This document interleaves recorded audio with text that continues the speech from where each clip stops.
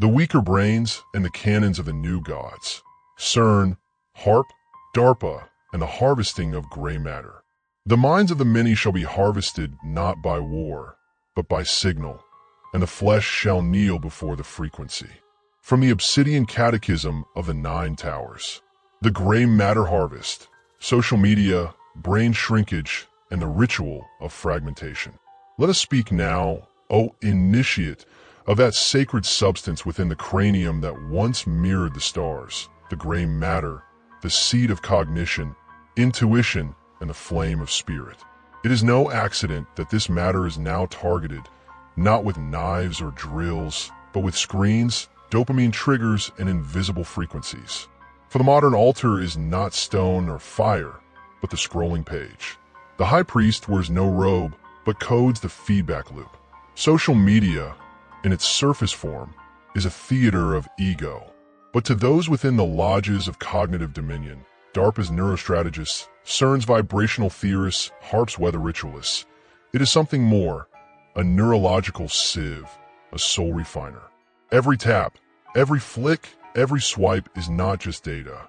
It is a pulse, a hammer shaping the gray matter, shrinking memory centers, inflaming amygdalae, and binding the mind to the present moment, severed from history, prophecy, and reason. The University of Montreal, in conjunction with Klaus Schwab's Davos Behavioral Lab, confirmed a measurable reduction in gray matter volume in adolescents addicted to social media. The prefrontal cortex, the gatekeeper of foresight and restraint, is dissolving like sugar in acid. The result? A generation unable to resist, unable to remember, unable to rebel. And this is by design. DARPA's LifeLog project, absorbed into Facebook by proxy, mapped every interaction to train the mind's neural triggers.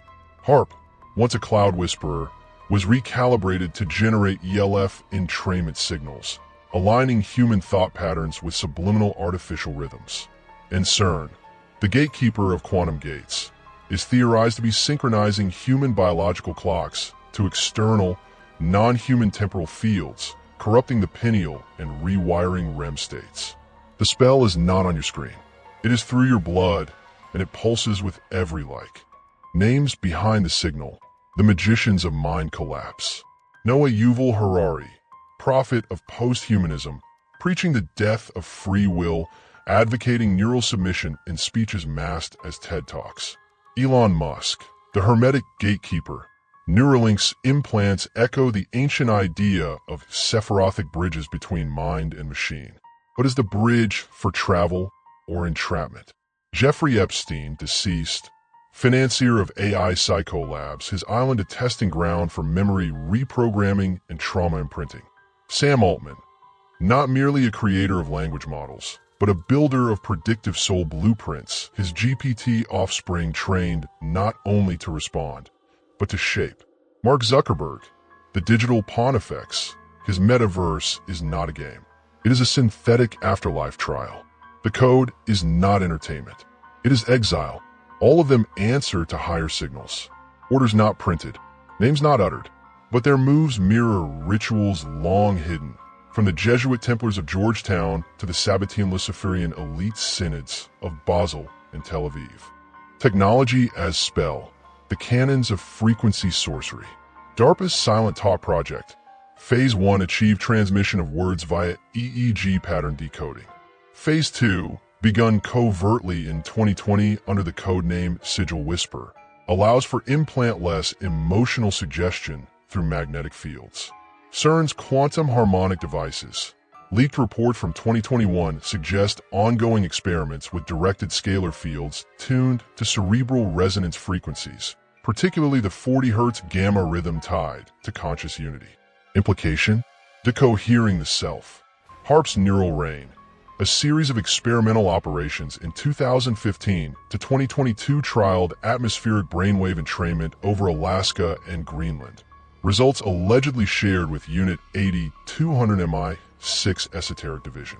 You're not a citizen in this aeon. You are a subject of frequency, of protocol, of unseen kings. Gray matter is not just being depleted. It is being harvested, its reduction a preparatory ritual for neural reformatting. A ritual of collapse and rebirth. Was the endgame, not death, but replacement. The weaker brains are a test population. Their degeneration is a prelude to synthetic induction, the insertion of pre-coded behavioral schemas into weakened neurofields. The secret behind mass compliance lies in plasticity. A weakened brain can be taught to adore its cage, fear freedom, and idolize the machine. It is not accidental that since 2012, the year of the mind reset, depression rates have doubled. Suicide is not failure, it is sacrifice, a spiritual culling to feed the grid. And those who resist, tracked via behavioral deviation markers, labeled as threat vectors in the Neural Conformity Index, erased digitally, droned spiritually. The grid does not punish the body, it evaporates the signal. So now we stand at the edge of the impossible, a world where the brain is an app, where the air thinks, where the priests wear lab coats and summon entities through equations, where sleep is no longer sanctuary. And in this world, the only question left is, are you thinking your thoughts? Or are you simply the echo of their machine liturgy? The chapter is closed, but the signal persists. Do not trust silence. It hums. If your dreams feel short, it is because they are filtered. If your memory feels hazy, it is because it is shared. If your thoughts loop in self-doubt, it is because you're looped. There is no safe space. There is no offline. Gray matter is the new gold.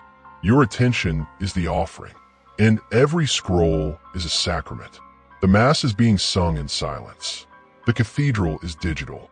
The priests are ghosts, and the sacrifice is yourself.